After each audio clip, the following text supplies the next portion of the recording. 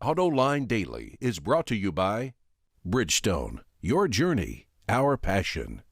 Dow Automotive Systems, improving durability and increasing design flexibility with Betamate structural adhesives at dowbetamate.com. And by Hyundai. Experience the 2011 Hyundai Sonata today at hyundaisonata.com. This is Autoline Daily for December 20th, and now the news. 2 former UAW officers were sentenced to prison for extortion. As the Detroit Free Press reports, in exchange for ending a strike at a GM truck plant 14 years ago, the UAW officers demanded that family members get hired as skilled tradesmen, even though they were not qualified to do the job. After an 87-day strike, GM capitulated. But then the FBI got involved, and while the wheels of justice grind slowly, UAW officers Don Douglas was sentenced to 18 months in prison, and Jay Campbell was sentenced to 12 months and 1 day. You know, when people wonder why GM had a hard time bargaining with the UAW, this is but one example of what they had to put up with. Plug-in hybrid maker Fisker hasn't sold many cars, but that's not stopping people from investing in the company. According to Bloomberg, the company just raised $133 million in private equity and now has more than $766 million in funds, and that includes government loans. You know, it's kind of funny how Fisker, which has barely built any cars at all, is able to raise all kinds of cash, while Saab, which is way more established, could not find any investors, and now it's bankrupt. Hey, maybe you've seen the ads on TV. A company called TrueCar says it can show you what other people paid for the car that you're interested in buying. TrueCar is getting that data by providing dealers with sales leads. But the dealers only have to pay for those leads if it turns into a sale. That sounded too good to pass up, so lots of dealers signed up. But now it's turning out to be too good to be true. In the fine print, dealers have to give TrueCar access to their transaction prices. That's how the company can tell you what others are paying for cars. But it's also ruining dealers' profit margins. WardsAuto.com reports that dealers are furious with TrueCar and feel that they've been hoodwinked. TrueCar is run by Scott Painter, an entrepreneur who specializes in online pricing and selling, and TrueCar also owns Automotive Lease Guide. Oh, how times have changed. Bloomberg reports the next generation Audi A3, which is due to be revealed next year, will share components with Skodas. Heresy, I know. It's expected to be one of the 40 different models using the same basic parts, including chassis bits, steering columns, and axles, and all of this sharing is expected to save Volkswagen some 5 billion euros a year. That's about $6.5 billion. But the move is not without risk.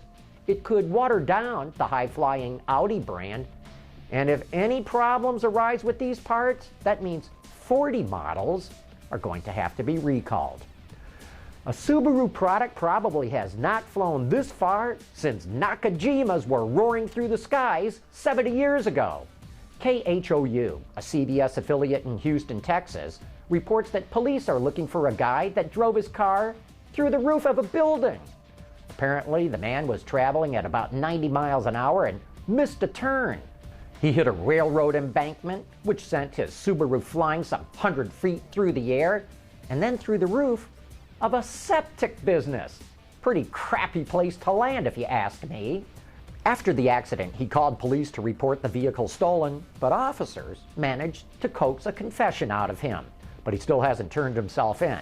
Thankfully, no one was hurt, except, of course, the roof. Damage is estimated at about 25 grand. Up next, Lexus is introducing a brand new version of its GS sedan. Find out what the company is doing to get the word out about this car. Hint, it's big.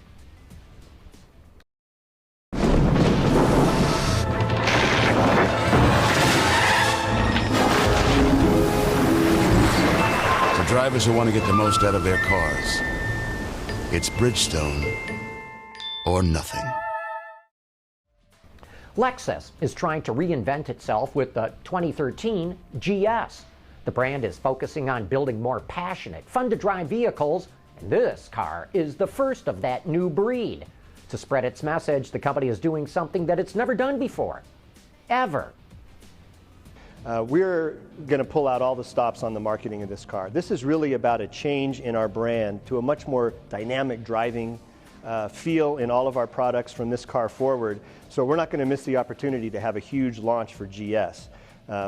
The most exciting is the first time ever in our history we'll be on the Super Bowl with a launch ad showing off the F-Sport version of the GS. And then the huge platform that the Super Bowl provides gives us a chance to really do something else we're, I think, the best in the luxury industry at, and that's engage the social media world. So the launch platform of the Super Bowl is giving us an opportunity to really tie in a number of our social media friends and followers in some extremely exciting marketing news about to come out in the next couple weeks. I think our motivation to go into the Super Bowl was purely driven by the opportunity to do something we've never done before in conjunction with launching a vehicle as exciting as GS. There have often been other car companies involved with Super Bowl, it just has never been Lexus. So I think that's indicative of how important this launch is to us. So beyond a great marketing campaign, what's most unique about this car is how different it feels driving than the previous generation GS, and in fact, many of our previous cars that this one really brings the exciting driving dynamics to the front. You can't demonstrate that in an ad. You have to sit behind the wheel and drive it. So we have an entire national tour planned to bring the GS to key markets around the United States and put consumers behind the wheel, both our owners as well as people interested in Lexus brand who may not own one today. I really look forward to see what they've cooked up for the Super Bowl. You gotta go big, and you gotta take risks to succeed. Does Toyota have the stomach to make a truly great ad?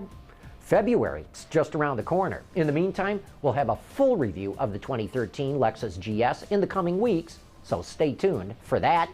And don't forget to join us for a special Christmas edition of Autoline After Hours.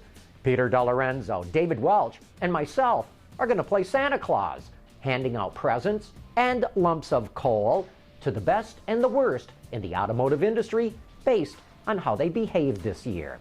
It's going to be fun and informative, so join us Thursday night at 7 p.m. at Autoline.tv. And that wraps up today's report. Thanks for watching. We'll see you tomorrow.